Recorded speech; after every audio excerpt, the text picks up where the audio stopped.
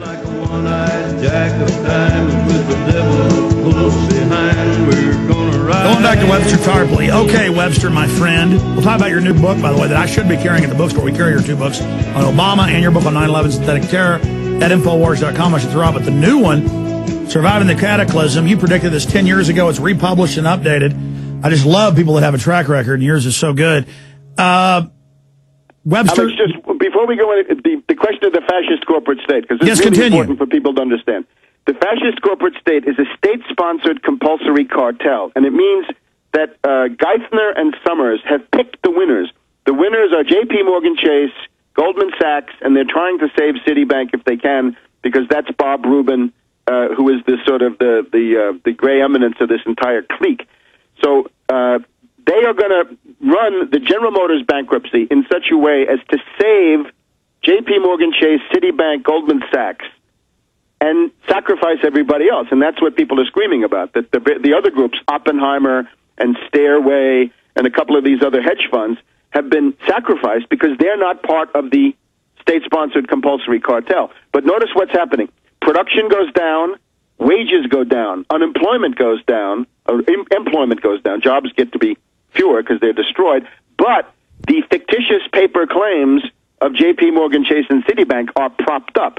That's the fascist corporate state. To call Obama a socialist is to do him a big favor. That makes him sound much nicer than he really is. No, this is a complete hoax. This is a complete... I mean, let me be clear. I'm not... Exactly. This is a mass hoax to call this socialism. That's why the media says it every day, every night. In hundreds of publications, they print that headline that this is Marxism. This is just piracy. This is high seas, swashbuckling, knock us on the head, is it not?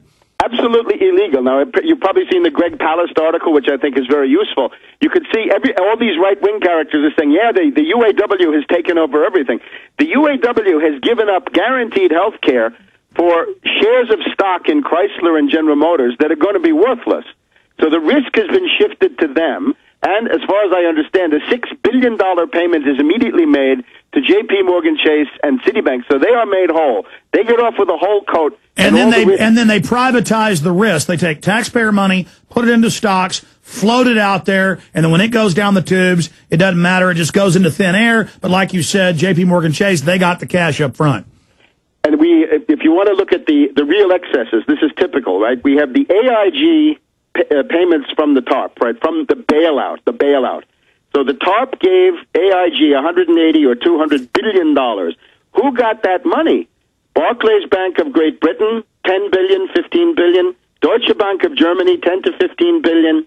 Société Générale of France, $10 to $15 billion. Union Bank of Switzerland, perhaps the most bankrupt of all the big zombie banks, another $10 to $15 billion. And Goldman Sachs, $10 to $15 billion. And AIG, $180 billion. Right. Well, the money was conduited through AIG. To them. And the centerpiece, of course, is this London hedge fund of AIG, which issued $3 trillion of derivatives, more than the gross national product of France. So that gives you precisely the key. If you got burned by a hedge fund selling derivatives, your next step is to outlaw hedge funds and to outlaw derivatives. We have these characters around Obama now talking about their plan to regulate derivatives. My plan to regulate derivatives is a shredder and a delete button. In other words, you get rid of them. You wipe them out. Not only are they worthless, they're like black hole singularities. I mean, like you said, worthless. They have negative value. The Rasputin. You got to pay the mafia garbage men to come and take them away. Unbelievable. Well, Webster, we're about to break a long segment coming up, but I've got to get into this with you. I know you're giving us solutions, and I agree with many of them.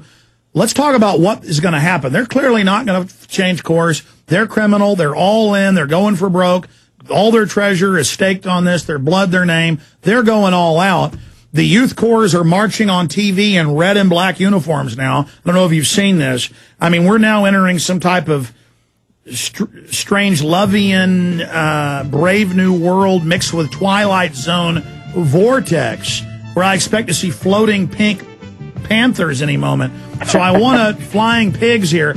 I want to go over the worst case scenario, which it appears it is, as we go into hyper-stagflation and they don't do what should be done, what is going to happen?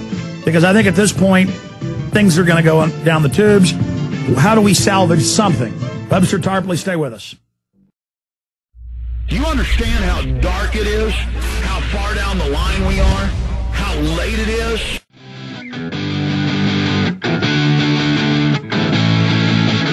All right, Webster, in the time we got with you, and I want to jam in some calls as well. I got to have you back up. Time just flies. I want to jump a couple hours. Plus, I know you just finished 2 books. One on the roots of this cartel and one on their modern activities. But as all this deteriorates faster and faster, and they still prance around saying globalism is the answer, when clearly their system of globalization engineered all of this, whether by hook or by crook, they're the progenitors of the problem that we're under.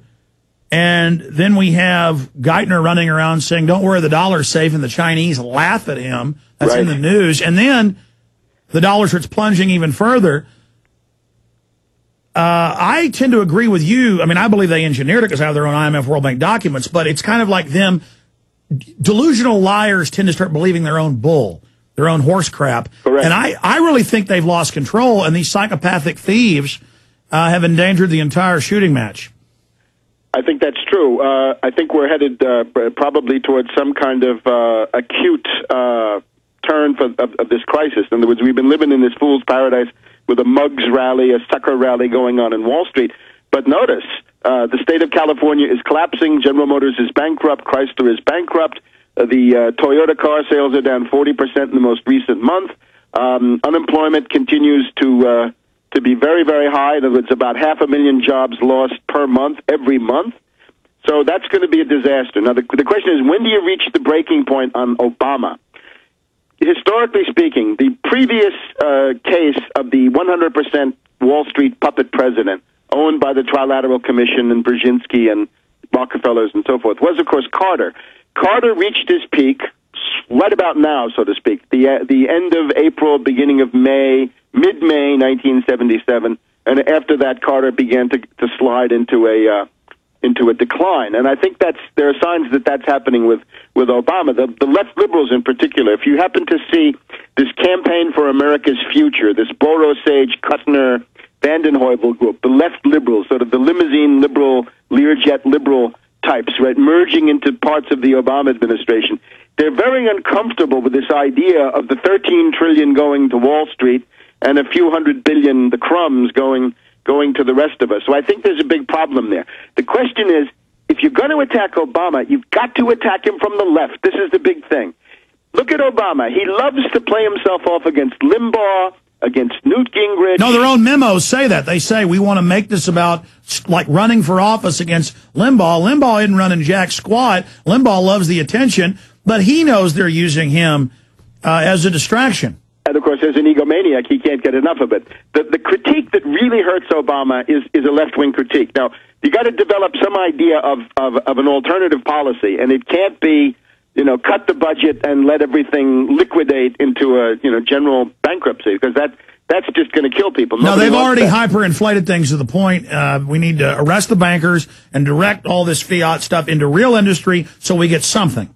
Let me just say one sign of life, and I'm surprised by this, but Michael Moore, right? Michael Moore, he's been around for a while. People know him. If you look at his essay on General Motors, you will see that there are signs of life there. In other words, it's tinged with this gangrene economy stuff. It's tinged with this alternative energy claptrap. But what he says is, you got to go back to the 1942 conversion of General Motors to war production, and then the reconversion in 1945-46 back into civilian production.